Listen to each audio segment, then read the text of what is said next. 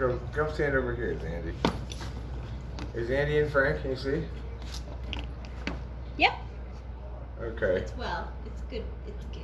So Zandy, did your husband know about you hanging out talking to Spanish people before you told him that we were coming for lunch? Yes. Have you talked to him about it before?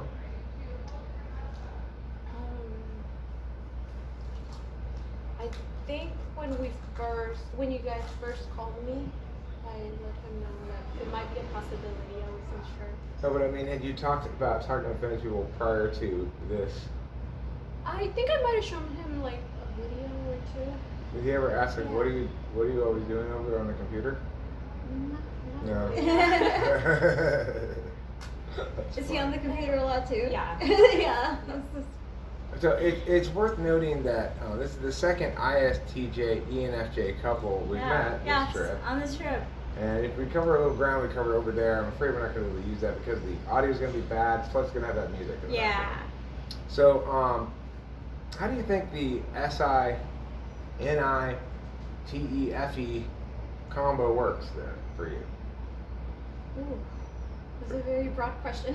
Well, I mean, you've got none of the same things in the first two slots. So, you've got the opposite forms of knowledge, opposite forms of interface. I think he gets very annoyed when I say I know stuff that I don't know why I know it. That's understandable. Yeah. Yeah. Like, I know this is gonna happen. He's like, but why? Because there's no history. Right. He has no SI history to back that up. Yeah. And then it ends up happening. And he's like, how did you know? I'm like, He expects you to have experiential reasons for thinking that. Do you think he sometimes knows from experience stuff that you go, that was a one-time thing? yeah, all the time. I'm like, Daniel, like, just because it happened before doesn't mean it's gonna happen again, or just because it happened, it's not relevant to the future. Mm-hmm. I kind of just like, I guess I could kind of poke at him in that sense because I say those things and he kind of gets irritated, and I get irritated because I really wish he wouldn't use like the past to make decisions for the future or the present. Yeah. Does he have any understanding of cognitive functions? I don't think so. Do you think it would help sometimes to explain, like, I'm sorry. Do you think it would help to explain, like, well, this is why you tend to use that approach, or would that not impact it at all? Sorry, could you repeat? Like, if you were to explain to him, well, the reason you always look to the past is because of a certain cognitive function stack, and that the alternative approach of knowing is intuition, and both can complement each other if they respect each other's respective domains. If you were to say stuff like that to him, would it impact him at all, or is it too abstract? I think it's too abstract. Like, I have mentioned it before. I have told him, like, hey, you're an ISTJ, and this means this, and this is why I react this way, and this is why you react this way. But it kind of, like, goes over his head. It's, like, not very interesting topic for him. Yeah. Yeah, SI Doms, they only learn things they put their mind to learning, it seems like. If they do put their mind to learning it, they can learn it just fine because they repeat things to themselves until they get it down. And there's also, I think, the SI form of muscle memory. Does your husband play anything like guitar or something like that? How about you? Back in high school, I used to play the guitar. And I don't know what grade in middle school I played the clarinet. Oh wow. And I tried teaching myself how to play the piano, but that wasn't very successful. So why did you stop playing the guitar and clarinet? The guitar, because it was just like a 1-year class in high school, and then the teacher wasn't very involved in the class. He would just give us a book and then He was drawing a paycheck. he was playing video games. Oh my gosh. I should remember that. Wow. That's like, I would be so upset too. Like, you probably thought it was going to be this great, like, class where you're going to actually learn the instrument, and here he is just playing video games and giving you a book and being learned by yourself, basically. Yeah. So then I try to kind of pick that up later on, but I don't think I'm very successful at teaching It's Yourself? difficult to. instruments. So, it can be difficult. Well, you at least have some with the clarinet on notes and stuff. So I don't remember. yeah, it can be difficult. It's not that easy. It's not easy for everyone. Yeah. I know. I've heard. For some reason, I can't get chords, but I can do like. Notes on the guitar. Notes. Rachel plays the guitar fairly often. She Yeah, picks it that's up a plan. and doodles around on it. Yeah. So do you feel like you have a creative outlet, or do you not need one? It's kind of demonstrative. It may be countervalued in ENFJ. I'm not really, but according to my understanding, 6-slot extroverted intuition is countervalued. But I still would suspect that ENFJs feel some need for a creative outlet. Yeah, or no? Yeah, sometimes, not on a regular basis, maybe. Once a month, I'll do something like I'll paint. Lately, I've been doing a lot of flower arrangements. Nice. Oh, that is Yeah. nice. Very pleasant. And So when an SI Dom wakes up in the morning, they have in front of them 1 to 2 days max.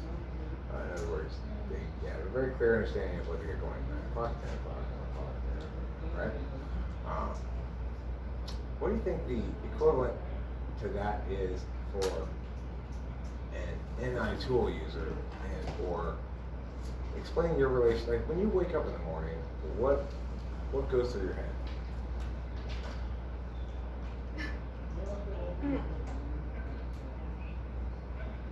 I'm surprised I woke up. Like I did something today. I woke up. Wow. Because usually my husband's the one that kind of tracks what we need to do for the day. But if I don't have anything going on, I'll try to fill my day with things to do because I can't just be still. I see. What kind of things do you do to fill your day with?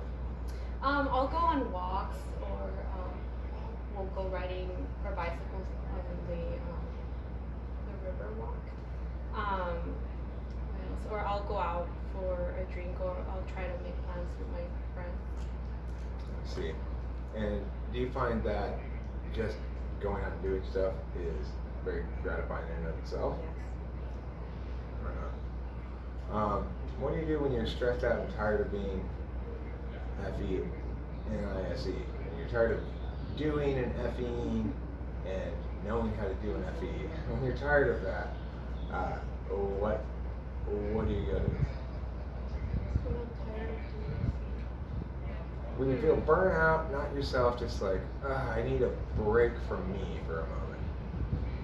I've noticed that when I do get very stressed out, because I do like social interactions, but after a while, if sometimes they don't go the way I think they're gonna go, or nothing positive comes out of it, or the other person's very draining, I do get stressed out and I kind of have to like withdraw.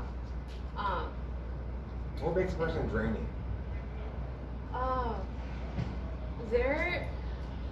If I'm getting asked a lot about like the past questions, like, oh, what do you used to do like back then, or a lot of memory things, I get very drained. I get very stressed out. Yeah. I try not to show that I'm stressed out. I try to be polite, but that's very draining So, for me. can you tell me the details that trip you took when you were 16? You're like, I'm what just, trip? just kidding. I'm not going to ask you a bunch of SI questions. Well, it's my Thank time you, to that- go. No, but, it makes sense in my mind because a lot of social interactions, especially when meeting new people, are gonna be like that. They're gonna naturally, socially, because it's like socially kind of constructed to ask certain questions about your past.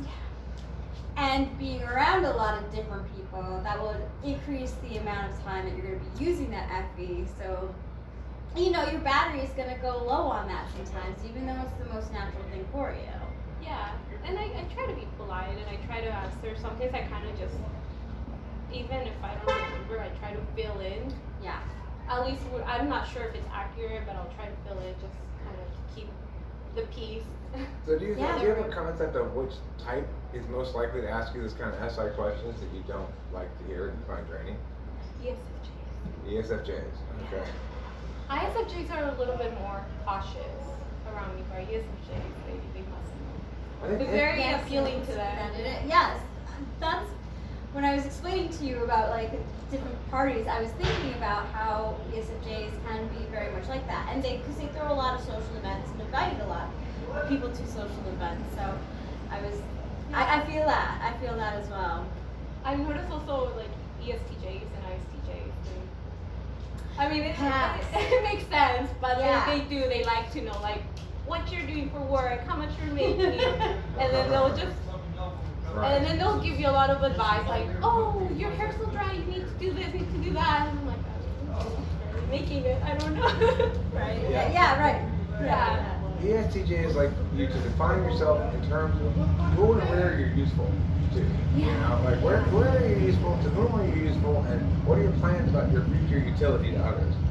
Which is interesting because they're not considered very other-minded types, or like that. Like FE is considered the other-minded thing, but ESTJs kind of reveal that it's implicit to everybody that there's some expression of concern for others, and just the way it takes form in ESTJ is to assume that utility is the most important thing and help you be more useful.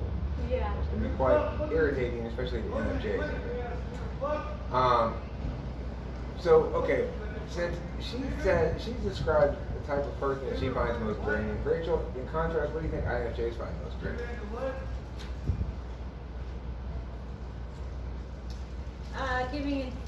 Being the listening ear and not being able to give advice. That's pretty difficult in friendships and relationships and social events. For me, a lot of people tend to open up to me, as I'm sure they do with you as well. And I haven't developed the boundaries or even sometimes the words to say so that I can kind of like let them know, hey, I don't have much more to say about this, or like I just need to go. But yeah, listening ear for a long time, and if it seems like they're talking to me because there's an issue and they won't listen to any of my advice, then it can be draining. Yeah. Yeah, for me, I really have to tone it down because I do like to give advice, and it can come up very strong or very, maybe almost judgmental to them. Like, Well, I like advice. What advice do you have for talking with famous people? what advice do I have for you? Or for the channel, if you want to be less specific to me. Probably easier to unleash your righteous fury. Go ahead. Let's hear Suggestion.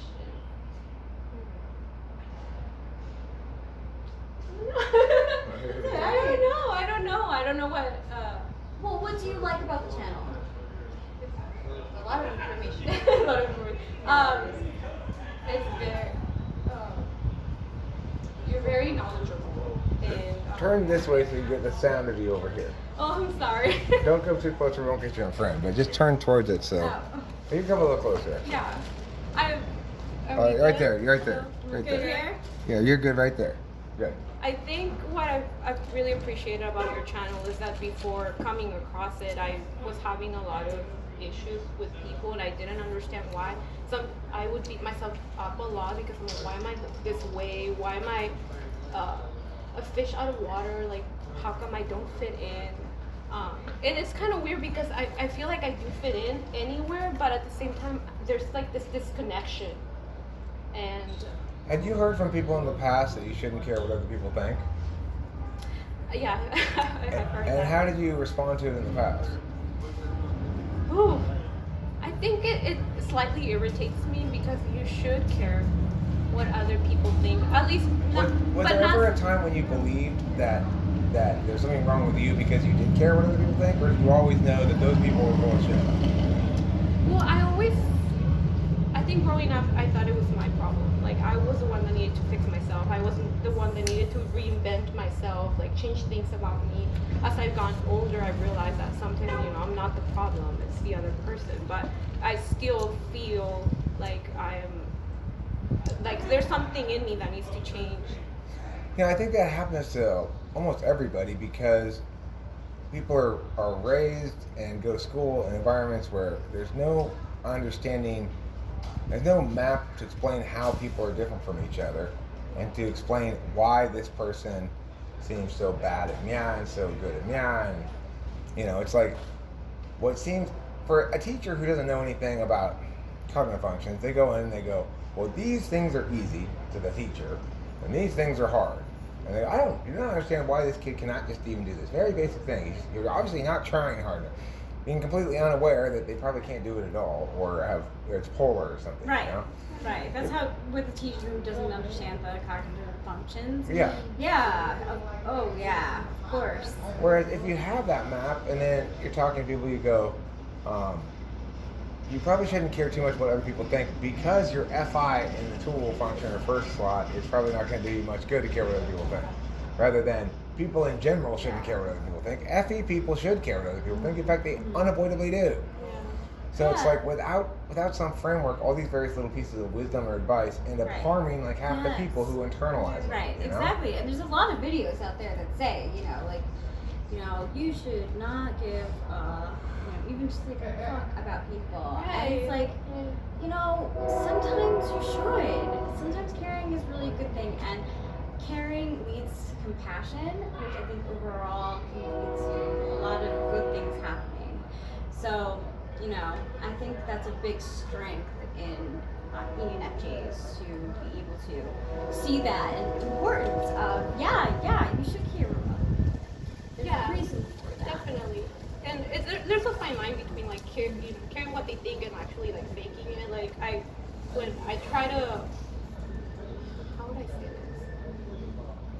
I do try to kind of change my personality based on like the person, based on their interests and stuff, but not so much changing who I am. Changing your interface style. You let your interface style be informed by your knowledge about the person. Yeah, sorry, I wouldn't want to change completely who I am just to fit in, kind of. Yeah, it's perfectly natural that with a nuanced interface style, you're going to adjust accordingly to different. You're going to code switch according to different situations. There's nothing wrong with that. It's not inauthentic in some sense. It's just deft with FE. But the question that I wanted to ask you and follow up on was, so when you're watching a live stream, if I'm arguing with somebody and yelling at them, does that make you uncomfortable and go, oh, I wish this person so much anger here? Or do you have like a enjoyment of it, like one like the Real Housewives, like those people are yelling at each other? Ooh, not at all. And sometimes I can see where the miscommunication is, and I get so frustrated because I'm like, I know, I don't know. I'm like, I know how to fix this, but it's not really my place sometimes too. What type do you think Cloud is? Can we take this off the camera? Oh, you don't have to answer that. Okay. You don't have to answer. I'll let you know. Yeah. Here's the other Remind thing. you. I love you, Cloud. Keep open in September, Labor Day, if you guys are available and can afford it or whatever. I know we're gonna have to save up some money to afford, but I think we'll be able to make it by September. But there's a meetup in Tennessee where both Isaiah Root and Winston's mom live. Wow. So keep your exciting. calendar open in case you guys decide you want to join us on this trip. That's the current plan. Yeah. What other areas do we want to talk about? Let me stop this video and we can start another one maybe if need be. Okay? Everybody have not such huge